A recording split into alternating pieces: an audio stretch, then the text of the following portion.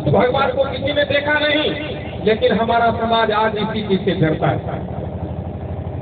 जादू कुछ है नहीं, लेकिन जादूगर से लोग डरते हैं। जैसे देखिए, ये हमारे हाथ में ये हरा कलर का फूल, इसको देखिए कोट के अंदर डाल देते हैं, फिर निकालते हैं, इसमें कोई बदलाव नहीं आता, और कोट के अंदर डालते हैं और कहते हैं कि थोड़ा ताली बजा दीजिए, थोड़ा ताली बजाते हैं, ताली बजाने के बाद निकालते हैं, इसका कलर बदल जाता है, फिर कोट के अंदर डालते हैं, वो गायब हो जाता है। आखिर क्यों? इसके पीछे वैज्ञानिक कारण है। इसी को अगर नहीं जानते हैं तो इसी को चमत्कार कहते हैं। चमत्कार को मत करो नमस्कार, हर चमत्कार के पीछे वैज्ञानिक कारण है, इसी को जानने की जरूरत है। मानिए नहीं जानिए, महामना बुद्ध ने कहा था अर्थ दीपो हो अपना दीपक संग बनो, और किसी चीज को जानो तब मानो, बगैर जाने मत मानो। जानना चाहेंगे कैसे होता है? क्योंकि तर्क नहीं करते हैं हमारे लोग, सवाल नहीं करते हैं, क्योंकि जैसे मोबाइल है, इसमें मैसेज नहीं आ रहा। दुकानदार को दिखाया था, मैसेज नहीं आ रहा है। दुकानदार मोबाइल देखकर कहा कि सर ये मैसेज कैसे आएगा, इसका मेमोरी फुल है। जब तक कुछ डिलीट नहीं कीजिएगा नया मैसेज नहीं आएगा। हमारे लोगों का मेमोरी धुड़कों ने फुल कर दिया, तर्क करने का क्षमता नहीं है, सवाल करते नहीं है, इसलिए सवाल कीजिएगा तभी बताएंगे। इसके पीछे वैज्ञानिक कारण है, कोर्ट के अंदर डालने से या आपके ताली बजाने से ऐसा नहीं होता। इसके पीछे वैज्ञानिक कारण है। यहाँ एक चाबी है, इस चाबी को ऊपर करते हैं लाल हो जाता है, खींचने से नीचे चला जाता है। वो जादू है?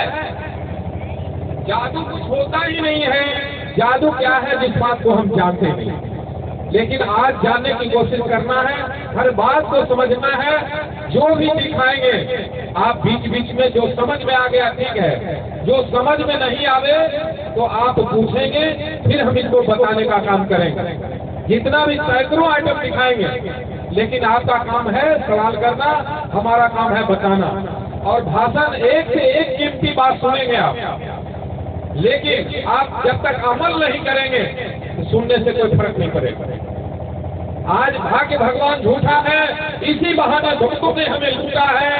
भूत भविष्य भाग्य भगवान, इस चारों से बचो इंसान। लेकिन हमारा समाज आज इसी में फंसा हुआ है। माँ बाप का डर नहीं है हमको, लेकिन एक पत्थर से डर है, जो निर्जीव पत्थर को कलाकार ने बना के रख दिया।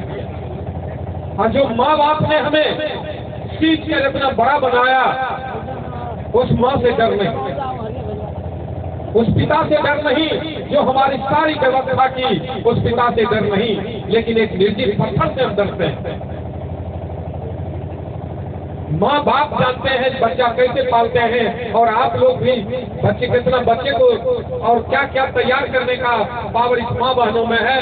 लेकिन इन माँ बहनों को, जिंदा माँ बहनों का डर नहीं, लेकिन कठपुतला बनाया जाता है, उस पर नई साड़ी और चोरी चढ़ाने का काम हमारे बहुजन भाई करते हैं।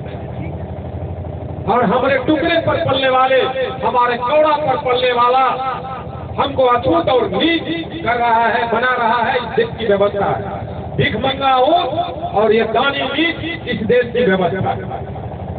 इसी को समझने की जरूरत है। भीख मांग कर खाने वाला सबसे ऊंच ब्राह्मणवाद, छीन कर खाने वाला छत्री, फेर बदल करके खाने वाला वैश्य, और मेहनत करके खाने वाले सारे अछूत और नीच। इसको समझना होगा सर। हम इंसान कैसे बनेंगे जब तक आप शिक्षित नहीं हैं, अछूत और नीच हैं। शिक्षित हो गए, हिंदू हो गए, बहुत बड़े विद्वान हो गए, तो अछूत कहने वाला का आप समाज हो गए।